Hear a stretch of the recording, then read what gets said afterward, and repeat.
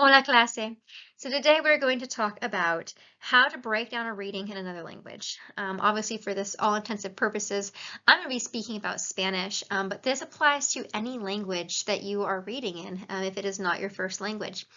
Oftentimes, we tend to see a whole bunch of reading and it's overwhelming. We see all of these words we don't know and we forget to focus on the little things that we do know, and you kind of feel overwhelmed by the sheer amount of words in this. But I firmly believe that reading is the best way to learn a language, and I will tell you why at the end. But let's start with a quick just look through to where we should start first. So the first thing we want to start with is not focusing on what you don't know. When we focus on what we don't know, we get overwhelmed and we start overlooking the many things that you actually do know. I see this happen a lot. Students get so overwhelmed by the words, they forget that cognates exist. And I could ask them, what does institución mean? And students will look at me and be like, I don't know. And with a clear brain, they know it's institution. You know, there's a lot of cognates in the Spanish language. And when we take a moment to step back and see those, away from the big picture of the story, but just looking at those words, that is very helpful. Also, there's just a lot of words that you do know and that you might not have forefront in your brain when you're reading a sentence, and if you're on a roll of looking up word after word after word, you forget that you already know a whole lot of words. So I suggest you take one color, let's go with pink, and you highlight every word you know. Don't focus on the full sentence, don't focus on the full story or what all you're focusing on when you read a story, but start off with just highlighting everything that you already know. Give yourself some confidence. You don't want to focus on the stuff you don't know. We want to focus on what you do know.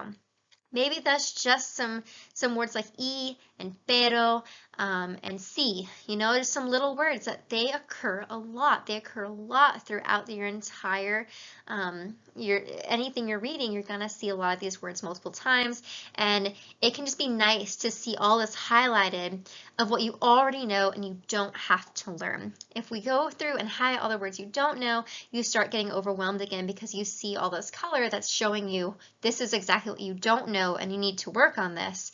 Rather than seeing all the stuff that you already know, it gives you some confidence. It helps you to move forward.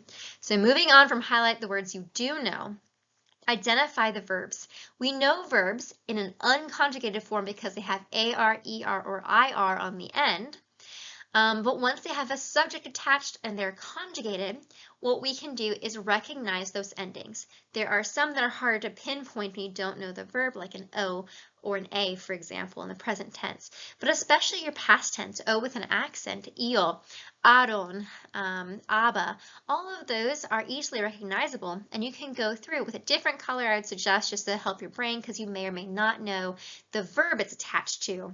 But you can identify that ending. Go through and identify as many verbs as you can. You have your like if you highlight those endings, then you know as well, you can look up what that verb means, and it's forefront in your brain. When you look up the word, let's say we have decía. When you look up decía, it's going to tell you on word of reference to say. Decía doesn't mean to say, decir means to say. If you have highlighted already the IA and you recognize that it's in the past tense, when you see to say, your brain goes, oh, it's in the past tense, was saying. Then next, we want to ignore all the little words and look up the big words. In Spanish, there are a lot of little words that are all connected throughout, but our brains automatically fill those words in. If you look up the important words in a sentence, your brain will kind of fill in the gaps. It's called what we call close reading in the teaching world, when you leave gaps in things and see how quickly or how well students can fill in those gaps. Once you're in high school, your close reading is definitely good enough to fill in the gaps of it and the and a, all those little words.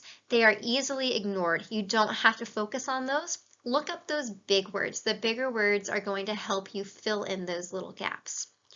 And finally, find the word repeats.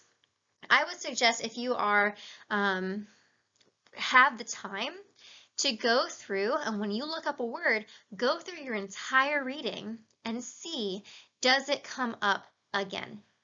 Ideally, what you would really do is have a vocab list in which you put that word you look up, and that way you can go back and you can be like, oh, I've already learned this word, and you start submitting it to memory. But if it's a shorter reading and you have that time, go ahead, go through your whole reading and write it down everywhere you see it, because you might see it a whole lot, especially if it's one of those reusable words like pero or sino, something like that, rather than the word hippopotamus. I don't know if it's a hippopotamus story about a hippopotamus, you might see that a whole lot in there, and you could just go through and underline that, and hopefully then you would already have it in your brain. You don't have to look it up 50 different times, and that just, it helps you to store it in your brain as well as just put it all through there. So what does all that look like? What does it mean practically when you're looking at a sentence or a paragraph or whatever? I have copied over this sentence from a short story. A partir de aquel día, Pablito aprovechaba cualquier despiste para darle un brazo por sorpresa y salir corriendo antes de que le pudiera pillar. So what I've done is I've followed my own rules. First things first, with the yellow highlighter, I highlighted all of the words I, quote, do know. I chose these words based on cognates, formal names, and then words that I know as a teacher, I teach my students that they should know. So that for this is de, día, para, por, y, salir, antes de, and que. Those are all words that I know that recently, like in the time of making this video, have been on tests that I have given. So I know those words should be in people's memory banks. Is it always there? No, I understand that, but they should be. So I use that as my my starting point. After that, I went through with my purple and I highlighted aba, iste, and yendo, because those are some endings we've talked about. Aba is the imperfect, iste is the preterite, yendo is the gerund. All right. And then finally, I highlighted in red, or made red, the little words, the words that don't matter, a, un, and le. I chose them because they just look like they don't matter, right? They're 2 letters. They're just not very, they're not big words. So again, I just kind of chose them based on size. Like if I were a student looking at this, I would call those little words.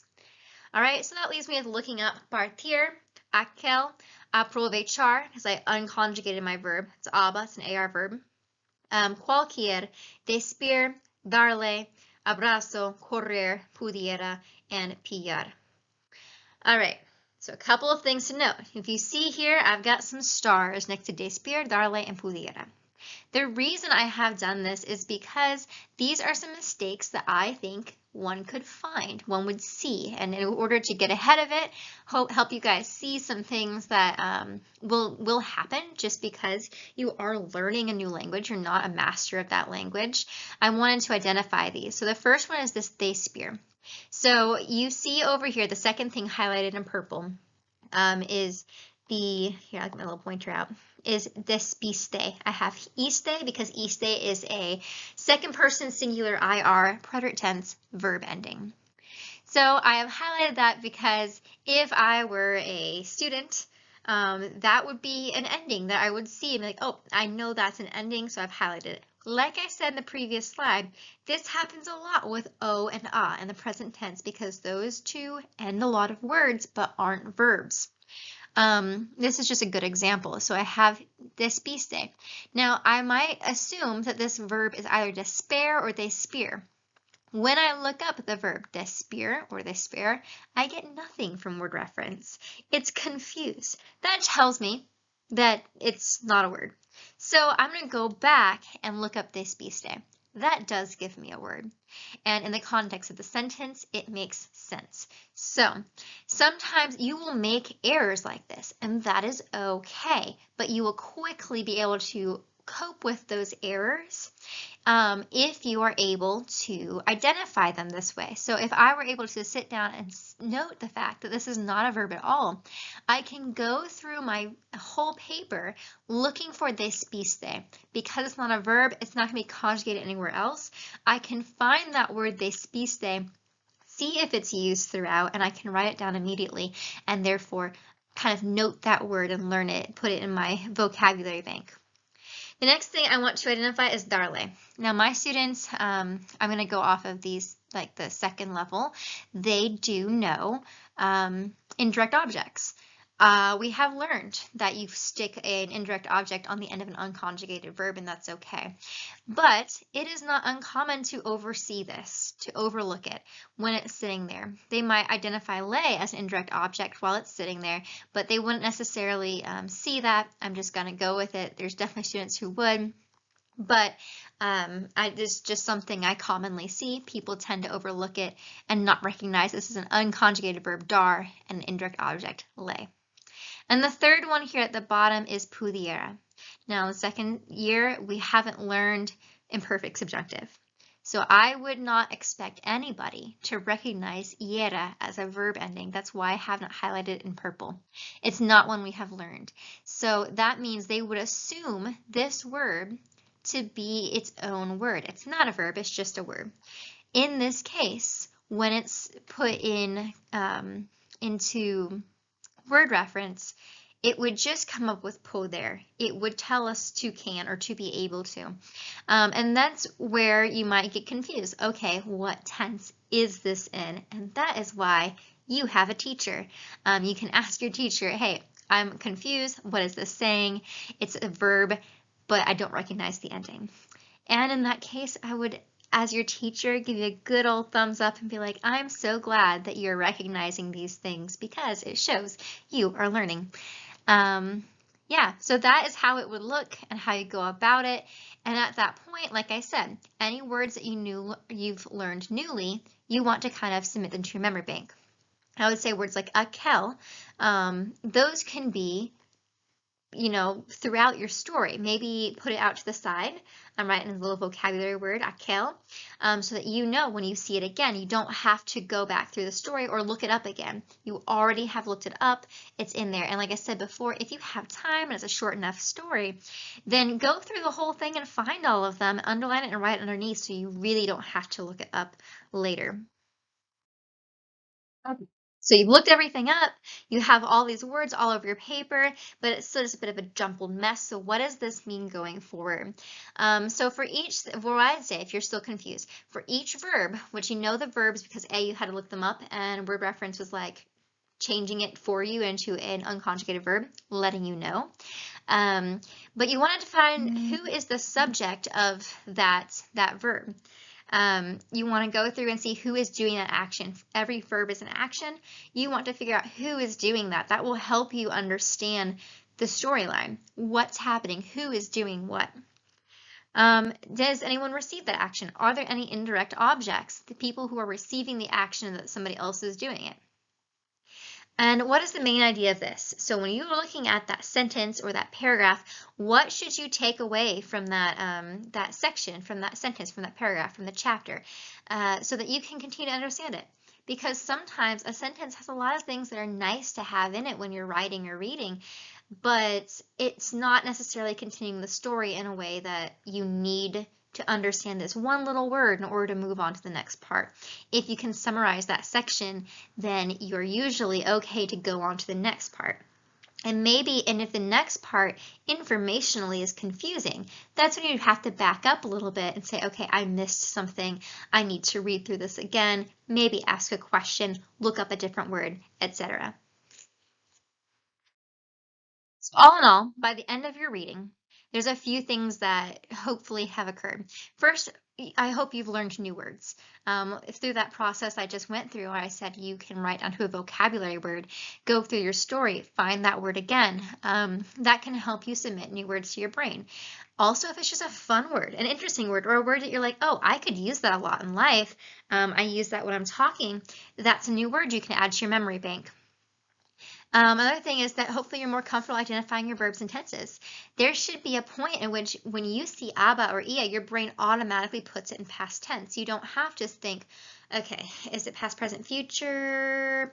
Yep, that's past, that's imperfect. Your brain will automatically just tell you when you're reading, if you see aba and ia, it's in perfect tense. It's an ongoing action in the past. And the same with your preterite tense and your present tense and the future tense. Your brain is automatically going to identify those things. The more you read them, the more you identify them, the more you are used to them and used to seeing them and using them.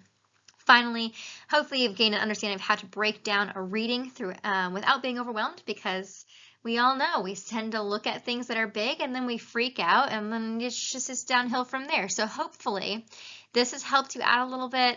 If you have questions, of course, always feel free to ask, because that's what a teacher is here for. Adios.